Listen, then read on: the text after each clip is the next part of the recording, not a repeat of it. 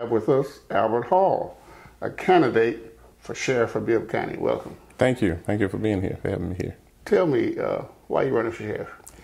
Because I want to make a difference in the community. I have seen so many things that have gone wrong that I think could be made better.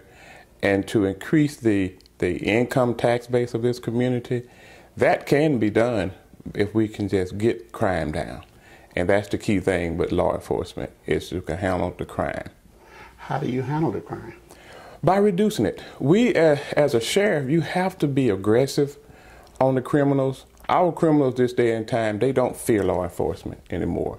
They used to respect the sheriff, they used to respect law enforcement. They don't anymore because they have gained control. Well, it's time for the law enforcement to take back control. And that can be done, but it's being done by addressing the issues, not playing politics, but addressing the issue. What about all these people breaking in churches, stealing the copper, and I get on the murders and stuff later, but a lot of this is going on. Mm-hmm. What could you do about that? Well, and that's one of the points that I was just making, is that at one point we used to, a thief used to fear going into a church. They don't have that fear anymore. So how do we stop the thieves from going into churches and breaking into churches? Well, a thief is going to be a thief regardless. He'll break in or anything that he sees that he can do. Well, the police department, the sheriff's office, we have to address it. You address it by having the innovative ideas with the church people, the leaders and all, going in and addressing, showing them how they can securitize their own church. Increase the proficiency around it, so that I keep saying enemy, which I see those thieves as enemies out there against the citizens who are trying to do right, but it can be done. It can easily be done. What about the murders and women get shot in the head and killed and all that? What can the sheriff do about that? Well, the sheriff has the same ideas as other law enforcement officers should have. The thing about the sheriff is him being the sheriff, he has a little more power to go out and do a little bit more, because he controls the whole county. He's not just out in the county, but he's inside the city also. These murders are that if they're not robbing someone, then they're out there. They're just out there just being gang members or just being a common thief with a gun.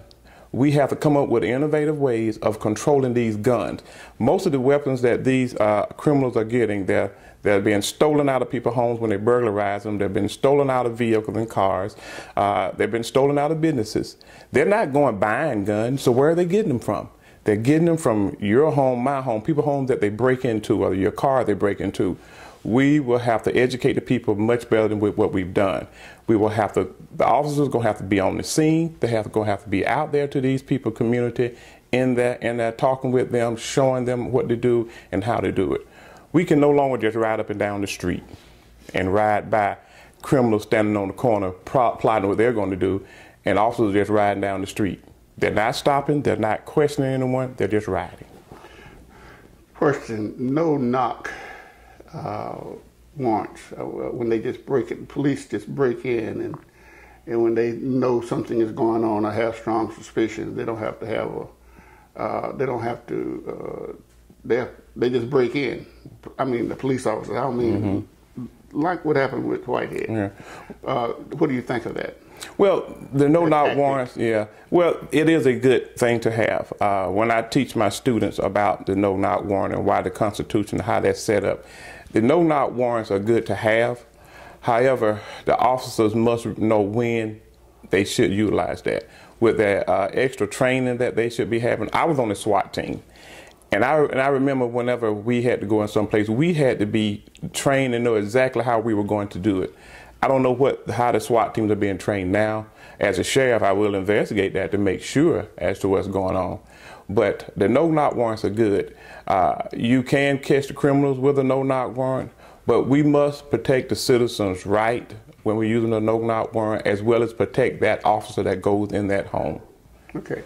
Look directly at that camera there for 30 seconds. Tell people why they should vote for you and when. Macon, it's time for Macon to have a new type of leader. I am that new type of leader. It's time for us to reform and revitalize Macon, reduce the crime, and make this a safer community to live in for your families, to live, to work, and to have family entertainment. We can do that, but we can do it only by voting for Albert Hall, Bibb County Sheriff, on July 31st, Democratic primary. Thank you. Appreciate you stopping by. Thank you for having me.